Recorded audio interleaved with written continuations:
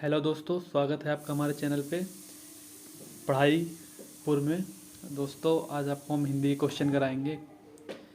दोस्तों आज हम आपको कुल टोटल हिंदी के 50 क्वेश्चन कराएंगे जो आने वाले एग्ज़ाम के लिए बहुत ही ज़्यादा इंपॉर्टेंट होंगे।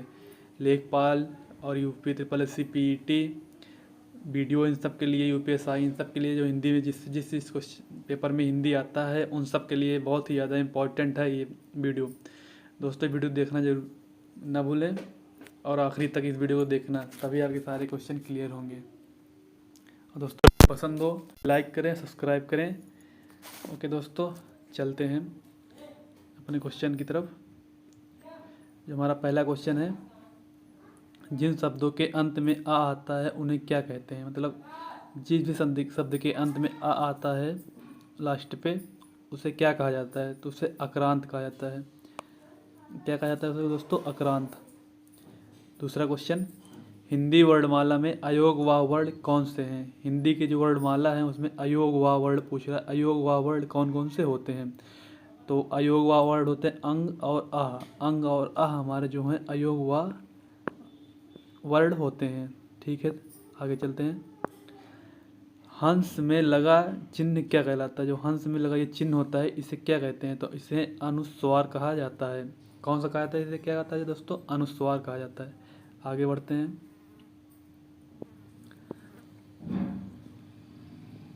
चांद में लगा चिन्ह, जो ये चांद में ये चिन्ह लगा होता है उसे क्या कहा जाता है? तो उसे अनुनासिक कहा जाता है। जो भी हंस में ये वाला चिन्ह लगा होता है उसे अनुस्वार कहा जाता है, और जो चांद में ये वाला चिन्ह लगा होता है उसे अनुनासिक कहा जाता है। ये सब दोस्तों क्वेश्चन बहुत ही ज़्यादा इंपॉर्टेंट है जो हर परीक्षा में पूछे जाते हैं। दूसरा क्वेश्चन, प्रश्न 5, भाषा की सबसे छोटी इकाई क्या है? भाषा की जो सबसे छोटी इकाई है वर्ड। भाषा की सबसे छोटी इकाई होती है वर्ड। वर्ड को हम और नहीं तोड़ सकते हैं। वर्ड मतलब जैसे आ, ये सब क्या है हमारे वर्ड, इसे हम और नहीं तोड़ सकते। इससे और तोड़ेंगे तो गलत होगा। आगे चलते हैं। जिन शब्दों में से किसी प्रकार का विकार या परिवर्तन नहीं होता है उसे क्या कहा जाता है? जिसे हम परिवर्तन नहीं कर सकते हैं उसे हम तत्सम कहते हैं। विकार या परिवर्तन नहीं होता है उसे क्या कहा जाता है? तो उसे तत्सम कहा जाता है दोस्तों। ठीक है दोस्तों, तत्सम, उसे हम तत्सम कहेंगे। आगे चलते हैं।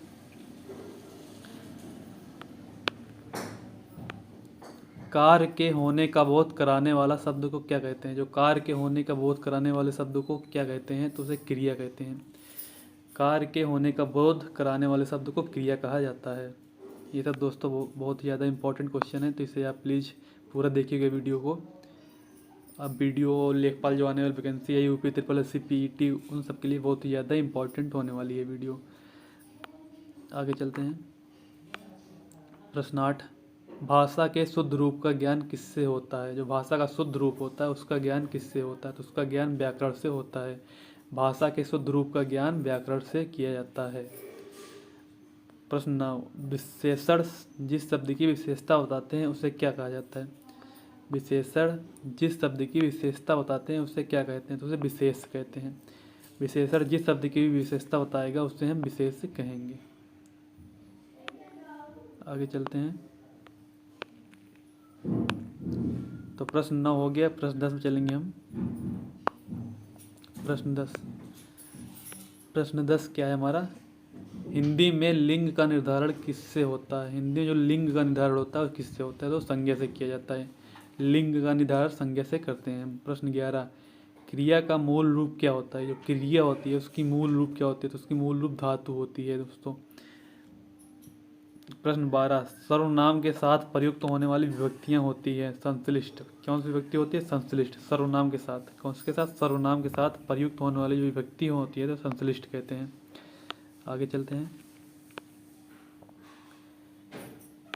हिंदी में कारक चिन्ह कितने होते हैं? हिंदी में जो कारक चिन्ह होता है, ये तो बहुत ज़्यादा बार बार क्वेश्चन पूछा जाता है। हिंदी में जो कारक चिन्ह होता है कितने होते हैं? तो हिंदी में कारक चिन्ह होते हैं 8। हिंदी में 8 कारक चिन्ह होता है, जबकि संस्कृत भाषा में, जो हमारी संस्कृत भाषा होती है उसमें 7 चिन्ह होते हैं, 7 कारक चिन्ह होते हैं, ये ध्यान रखिएगा। आगे चलते हैं फिर। संज्ञा कितने प्रकार की होती है? प्रश्न 14 क्या है, संज्ञा कितने प्रकार की होती है। संज्ञा हमारी 5 प्रकार की होती है, याद रखिएगा। संज्ञा 5 प्रकार की होती है। पहला व्यक्तिवाचक संज्ञा, व्यक्तिवाचक संज्ञा। दूसरा जातिवाचक संज्ञा। तीसरा भाववाचक संज्ञा। चौथा समूहवाचक संज्ञा। और पांचवा द्रव्यवाचक संज्ञा।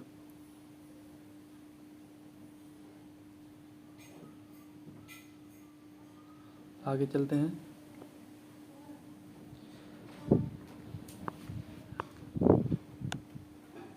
कितने क्वेश्चन हो गए हमारे। प्रश्न 14 हो गया है। प्रश्न 15 पे चलते हैं हम। प्रश्न 15 क्या है, वे शब्द जो विशेषण की भी विशेषता बताते हैं उन्हें क्या कहते हैं। वे शब्द जो विशेषण की भी विशेषता बताएं उन्हें क्या कहा जाता है। तो उन्हें प्रविशेषण कहा जाता है। क्या कहा जाता है, प्रविशेषण। वे शब्द जो विशेषण की भी विशेषता बताते हैं उन्हें प्रविशेषण कहा जाता है। सर्वनाम किसे कहा जाता है। सर्वनाम वे शब्द कहलाते हैं जो संज्ञा के स्थान पर प्रयोग में लाए जाते हैं। सर्वनाम वे शब्द कहलाते हैं जो संज्ञा के स्थान पर हम प्रयोग कर सकते हैं। संज्ञा के स्थान पर हम प्रयोग करें वो सर्वनाम कहते हैं। जैसे यह, वह, वे, उनका, इनका, इन्हें, ये सब क्या है, हमारे सर्वनाम है। प्रश्न 17 पे चलते हैं। सर्वनाम के कितने भेद होते हैं। सर्वनाम के टोटल 6 भेद होते हैं। पहला भेद पुरुषवाचक सर्वनाम, दूसरा निश्चयवाचक सर्वनाम, तीसरा अनिश्चयवाचक, चौथा प्रश्नवाचक, पांचवा संबंधवाचक, छठवां निजवाचक। ये 6 हमारे सर्वनाम होते हैं। कितने सर्वनाम होते हैं, 6। जबकि हमारे संज्ञा कितने होते हैं, 5। आगे चलते हैं। क्रिया किसे कहते हैं। जिस शब्दों से किसी काम के करने या होने का बोध हो उसे क्रिया कहते हैं। जैसे खाना, हंसना, रोना, बैठना, ये सब क्या है, क्रिया है।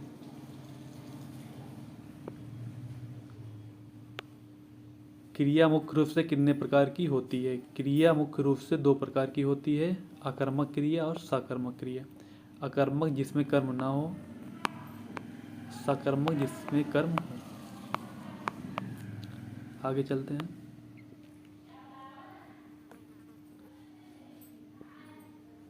प्रश्न 21,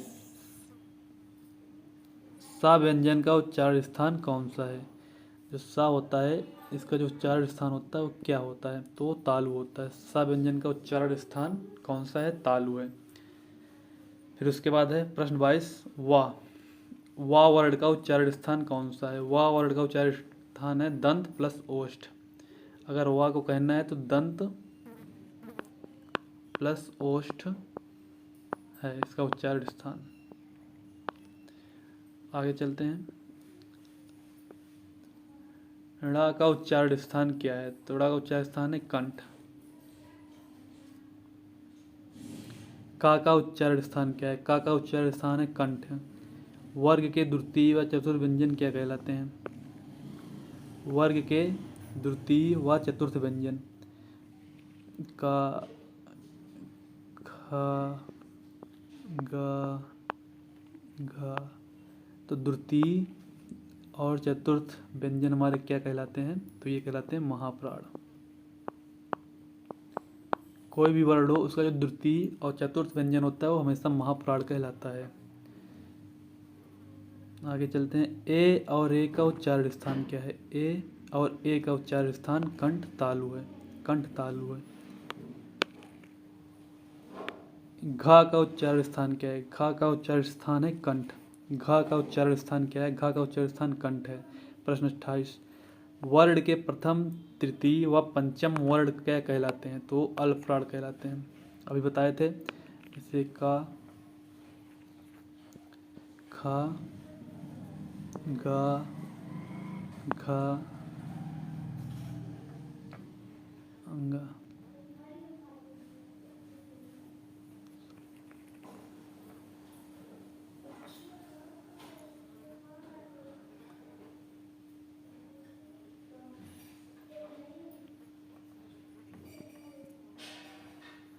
तो वर्ण के प्रथम, तृतीय और जो पंचम वर्ण है ये हमारे क्या कहलाते हैं, ये अल्पप्राण कहलाते हैं। जबकि इससे ये दोनों क्या कहलाते हैं, महाप्राण। ये बहुत ही ज़्यादा इंपॉर्टेंट है, इसे याद रखिएगा दोस्तों। जो फर्स्ट, थर्ड और फाइव्थ है इसे हम अल्पप्राण कहेंगे, जबकि सेकेंड और फोर्थ को महाप्राण कहेंगे। आगे चलते हैं। मात्रा के आधार पर हिंदी स्वरों के दो भेद होते हैं, कौन कौन से होते हैं? मात्रा के आधार पर हिंदी स्वरों के कुल दो भेद होते हैं। ठीक, किसके आधार पर? मात्रा के आधार पर। मात्रा के आधार पर हिंदी स्वरों के दो भेद होते हैं। पहला है हास और दूसरा है दीर्घ। प्रश्न 30, सर्वनाम के साथ प्रयुक्त होने वाली विभक्तियाँ होती हैं। तो ये क्वेश्चन रिपीट है शायद। सर्वनाम के साथ प्रयुक्त होने वाली विभक्ति कौन सी है? संश्लिष्ट। सर्वनाम के साथ प्रयुक्त होने वाली विभक्ति है संश्लिष्ट। आगे चलते हैं। शिक्षक विद्यार्थी को हिंदी पढ़ाते हैं, वाक्य में क्रिया के किस रूप का प्रयोग किया गया है? तो इसमें द्विकर्मक है। कौन सा, किस क्रिया का प्रयोग हुआ है? द्विकर्मक।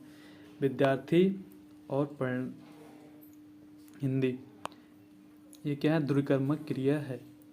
प्रश्न 32, मुझे किस प्रकार का सर्वनाम है? जो मुझे है ये कौन सा सर्वनाम है? ये क्वेश्चन पूछा गया, मुझे किस प्रकार का सर्वनाम है? तो ये उत्तम पुरुष है। ओके दोस्तों, आगे चलते हैं।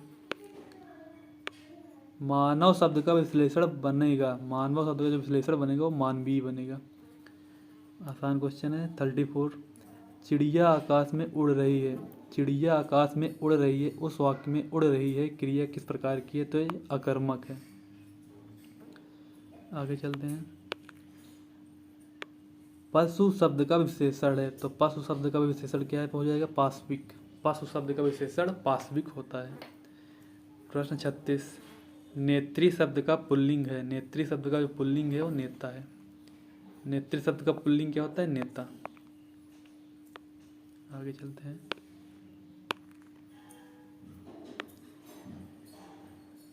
उत्कर्ष का विशेषण क्या होगा? तो उत्कर्ष का जो विशेषण होगा वो उत्कृष्ट होगा। उत्कर्ष का विशेषण उत्कृष्ट होता है। काम का तत्सम रूप है कर्म। काम का तत्सम रूप है कर्म होता है। दूध का तत्सम रूप क्या है? दूध का तत्सम रूप दुग्ध है।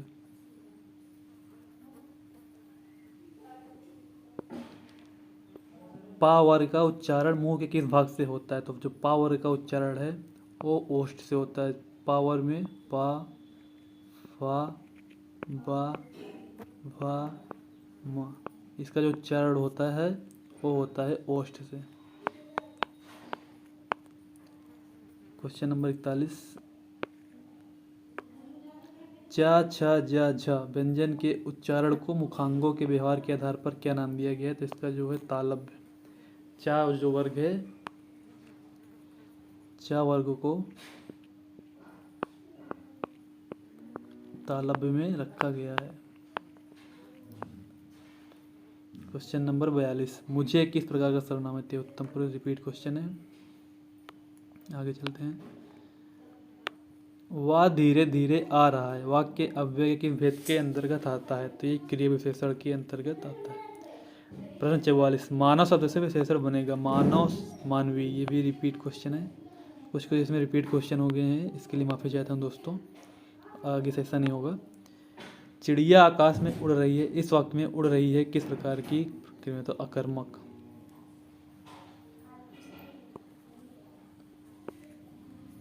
बुढ़ापा भी एक प्रकार का अभिशाप है, इस वाक्य में बुढ़ापा शब्द की संज्ञा भेद बताइए। तो ये क्या है? भाववाचक संज्ञा। जो बुढ़ापा है ये कौन सी संज्ञा है? तो ये भाववाचक संज्ञा है। आलस शब्द का विशेषण क्या है? तो आलस शब्द का विशेषण आलसी है। क्वेश्चन 48, प्रवृत्ति शब्द का विलोम। प्रवृत्ति शब्द का विलोम है निवृत्ति। प्रवृत्ति शब्द का विलोम क्या है? निवृत्ति। क्वेश्चन 49, अतरंग शब्द का विलोम है। तो अतरंग शब्द का विलोम है बहिरंग। प्रश्न 50, आखिरी जो क्वेश्चन है, आखिरी क्वेश्चन है, गुप्त का विलोम शब्द है। जो गुप्त का विलोम शब्द है उसे प्रकट कहा जाता है। गुप्त का विलोम शब्द क्या होता है? प्रकट, मतलब कुछ चीज़ छिपाना है, कुछ प्रकट कर देना, इसका विलोम शब्द है। तो दोस्तों इसे अपने दोस्तों के साथ प्लीज़ शेयर कीजिए और कमेंट कीजिए वीडियो आपको कैसा लगा हो। कुछ भी बताइए, ख़राब, सही, अच्छा क्या लगा ये आप ज़रूर कमेंट करके बताएं। आपके कमेंट से हमें प्रोत्साहन मिलता है और हमें जोश मिलता है कि दूसरी वीडियो हम बनाएं। अगर दोस्तों आपको कुछ भी डाउट हो तो आप मुझसे पूछ सकते हैं, मेरे व्हाट्सअप नंबर पर पूछ सकते हैं। मेरा व्हाट्सअप नंबर है 63 98 76 67 06। आप इस पे व्हाट्सअप करके कुछ भी पूछ सकते हैं। आपका जो भी डाउट हो किसी भी विषय को लेकर, कोई आपको फ्यूचर को लेकर कुछ भी डाउट हो, आप इस नंबर पे पूछ सकते हैं। तो दोस्तों, आपको ये वीडियो पसंद हो तो प्लीज़ लाइक करें, सब्सक्राइब करें। और दोस्तों, आप नेक्स्ट वीडियो किस टॉपिक पे चाहते हैं ज़रूर कमेंट करें, मैथ पे या हिंदी पे। और हिंदी पे चाहते हैं तो किस टॉपिक पे चाहते हैं ये ज़रूर बताएं, हम आपको उस वीडियो को बना के देंगे। ठीक है दोस्तों, थैंक यू। आज के लिए बस इतना ही।